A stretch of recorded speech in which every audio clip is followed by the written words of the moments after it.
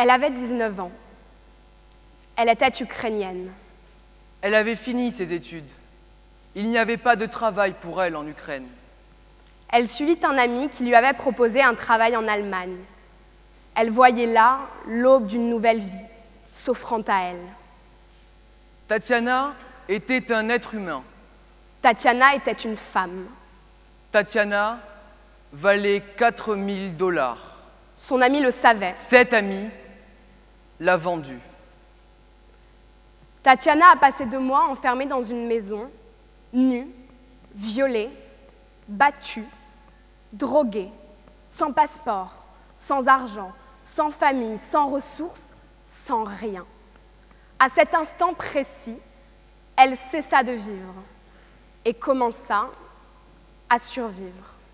Cloîtrée dans un mutisme forcé, elle fut posée, tel un animal docile, sur les trottoirs de Berlin pour se prostituer.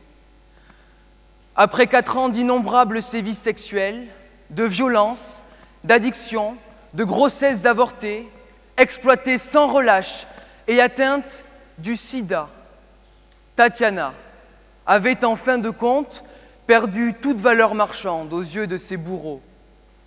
Abandonnée, liée par le silence et la honte, elle se démena d'un dernier souffle pour rentrer dans le pays qu'il avait vu naître, auprès des siens qui la croyaient morte. L'histoire de Tatiana, c'est l'histoire de plus de 100 000 Ukrainiennes, depuis la chute de l'URSS en 1991, depuis l'ouverture de l'Ukraine vers l'Occident. Pourquoi un tel exode? C'est le chômage persistant de ce pays d'Europe de l'Est, où plus de 60% des chômeurs sont des femmes. C'est aussi la politique migratoire restrictive de l'espace Schengen, empêchant l'immigration non qualifiée, qui pousse ces migrantes dans cette quête chimérique, cette quête d'un travail illégal. Les trafiquants profitent de cette pauvreté et du manque de perspectives possibles dans le pays d'origine de ces femmes pour leur faire miroiter un mirage de profit dans la sphère occidentale. Cependant, mesdames et messieurs, cette représentation utopique et surannée de la vie et du travail en Europe se transforme rapidement en un calvaire sans nom. Il est difficile de se figurer un tel calvaire, mais il s'agit bien d'une phase d'anéantissement que subissent ces femmes, réduites au statut de biens sexuels.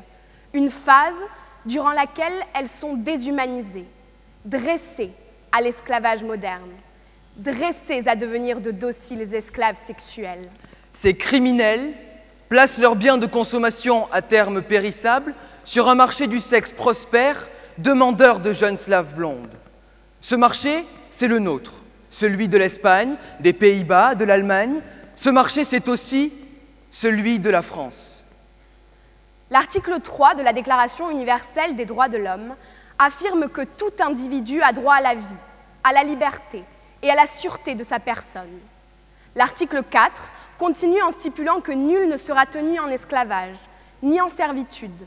L'esclavage et la traite des esclaves sont interdits sous toutes leurs formes. Enfin, l'article 5 rajoute que nul ne sera soumis à la torture, ni à des peines ou traitements cruels, inhumains ou dégradants. Ces 3 articles fondamentaux, constituant les droits élémentaires de tout être humain, sont bafoués d'un revers de main par ces trafiquants. Ce sont ces mêmes trafiquants qui, aujourd'hui, en France, encourent le moins de risques.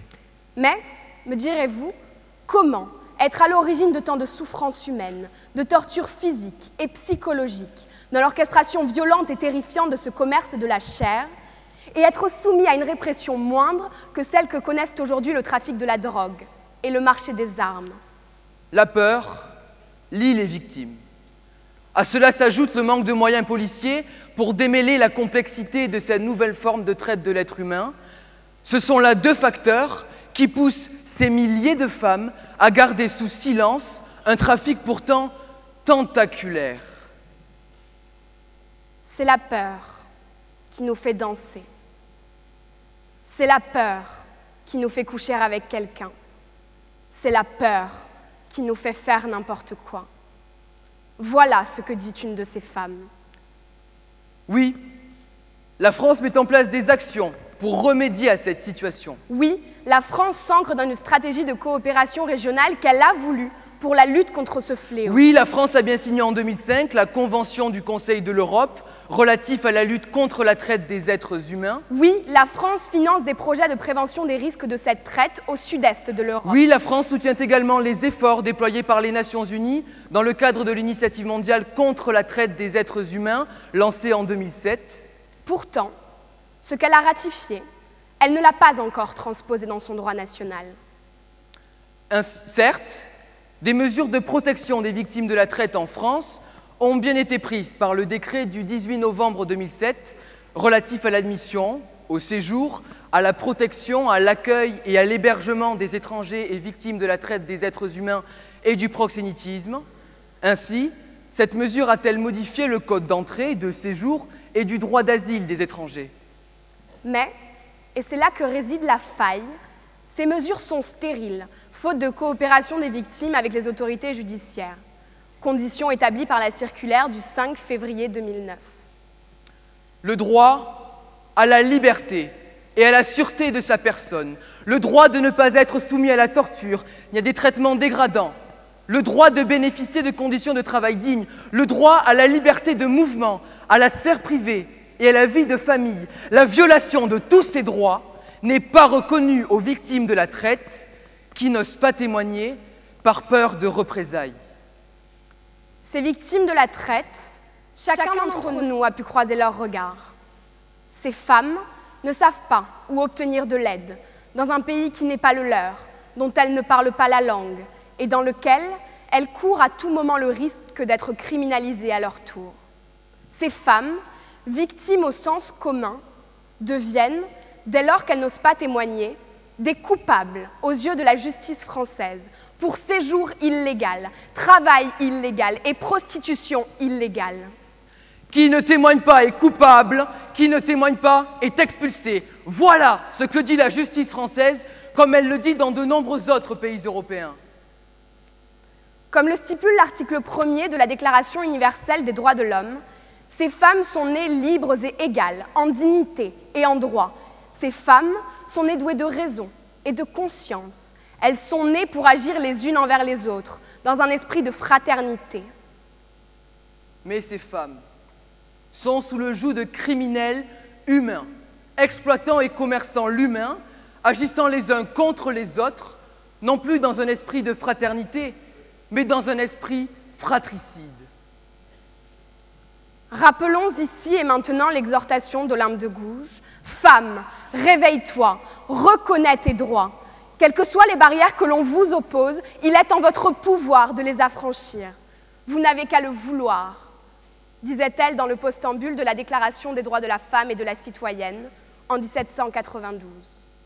Plus de 2 siècles plus tard, c'est à nous de réveiller ces femmes. Que les droits de ces victimes soient reconnus par la justice, sans aucune condition. Ne laissons donc pas impunis ces criminels qui agissent à l'encontre des droits humains ici, dans nos frontières. Luttons contre ce fléau contemporain et rétrograde. Faisons cesser dès aujourd'hui l'anéantissement de ces femmes de l'Est en biens sexuels à l'Ouest. Enfin, mesdames et messieurs, indignons-nous face à ce trafic inhumain et régressif qui nous rappelle les plus sombres heures de l'histoire de l'humanité.